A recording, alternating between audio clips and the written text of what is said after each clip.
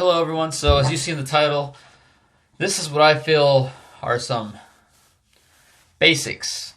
I wouldn't want to say essentials because you don't necessarily need these for a haircut at home, but I believe these will really help you out. So, of course, you got, this is not part of it, but you got your basic scissors, your shears, and of course, a hair clipper that's like 1A, 1B, and as far as importance goes.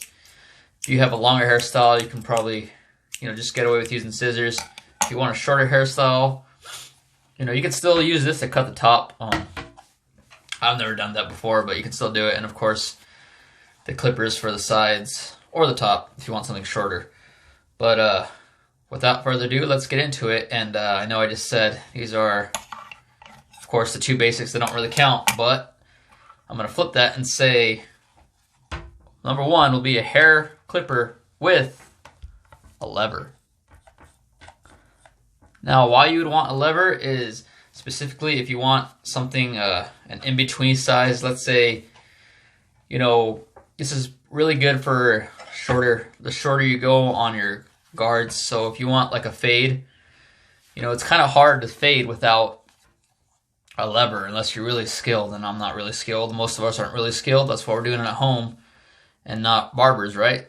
So, if the shorter you go, especially below a number 2, the more of importance this lever will be. As you can see, it makes it just a tad bit longer, just enough to fade, to blend the in-between sizes.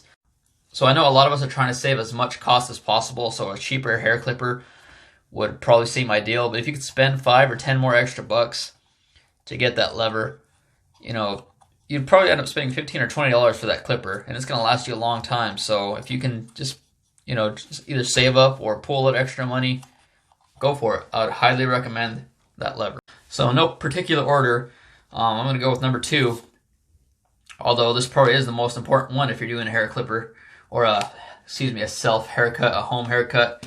That is a mirror. You don't need anything too fancy, just a basic mirror and your wall mirror or your mirror you use in the restroom. As you're going to see, I got the mirror over here, and then if you're trying to cut the back of your hair, just get your mirror with one arm like this, see the back of your head. Believe me guys, it looks a lot better when you're doing it yourself instead of trying to focus getting it on camera. It takes a little bit of practice. As I read a comment once saying trying to cut the back of your head with a mirror is like playing inverted controllers on a video game. And that made a lot of sense. But a mirror so you can see the back of what you're doing. I mean, I guess you can maybe get away with it with your phone if your screen is big enough, if your camera is good enough. But, I got this for $1. So at the dollar store, Dollar Tree. So that's not going to really hurt the bank. So another thing I would recommend is extra hair guards. So if you buy just your basic home haircut set, it'll come with guards between number 1 all the way through number 8. Number 8 being the longest will be an inch. So if you want something a little longer, I would suggest go on Amazon or whatever website, eBay or something, to buy either longer or shorter guards. For example, I like to have my hair a little longer on top. So this is be a number 10, 1/4 inch, a number 12, which is 1.5 inches, and a number 16, which is the highest I've ever found, 2 inches. Or if you want to fade and go shorter, I would highly suggest getting a 1.5 guard and a half guard. So the half guard will be good if you want like a skin fade and you're trying to blend in those lines. The 1.5 guard is probably the one I recommend the most because a lot of people, including myself, when you're trying to get the 1 and get the 1 open, which would create a 1.5, and blend it between the 2, it still leaves somewhat of a hard line, a visible line. So that 1.5 guard, you can act as like a in-between size, of course, and then you can raise it a little bit, so it'll be like a 1.75, I guess, and you can erase those lines. Highly recommend them. Another thing I would recommend is a trimmer of sorts. This is just a beard trimmer. They sell hair-specific ones, but, since, of course, I got a beard, and even though I haven't trimmed in a while, I do like to use this for my haircuts. If you want to try to edge up your sides right here, I don't really do that. Or if you want to clean up the ears, your neck line, I'd highly recommend this. It'll get closer than your actual hair clipper. And as I was saying earlier, to try to blend between the 1 and the 2. Can be a little bit of pain without extra guards. This comes with sometimes in between guards, you know. There's a guard that comes with this one. This is a Phillips Norelco Multi-Groom 3000, $20. That actually acts as an in-between size between my 1.5 and a 2, and it'll clear out that hard line. So it's kind of a win-win here. Last but certainly not least, this is a very old one. This is a thinning shear. This is specifically good for you guys, you know, us with thicker hair.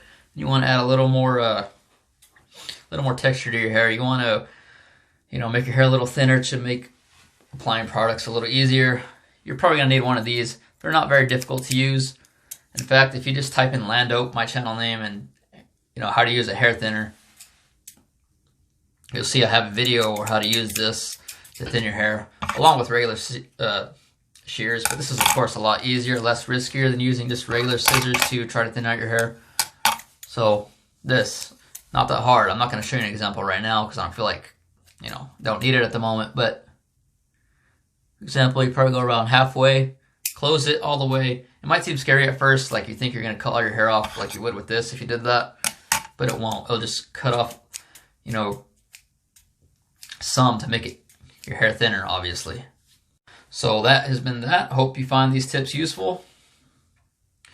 You know, especially right now, it's a little more difficult to go out and get an actual haircut at the barbers, at the salons, wherever you're going. So why not try a do-it-yourself haircut? Maybe try a little longer at first so you don't mess yourself up too bad, as opposed to trying to get a fade right away. So hope this has been helpful. Thank you guys for watching. I'll see you in the next one.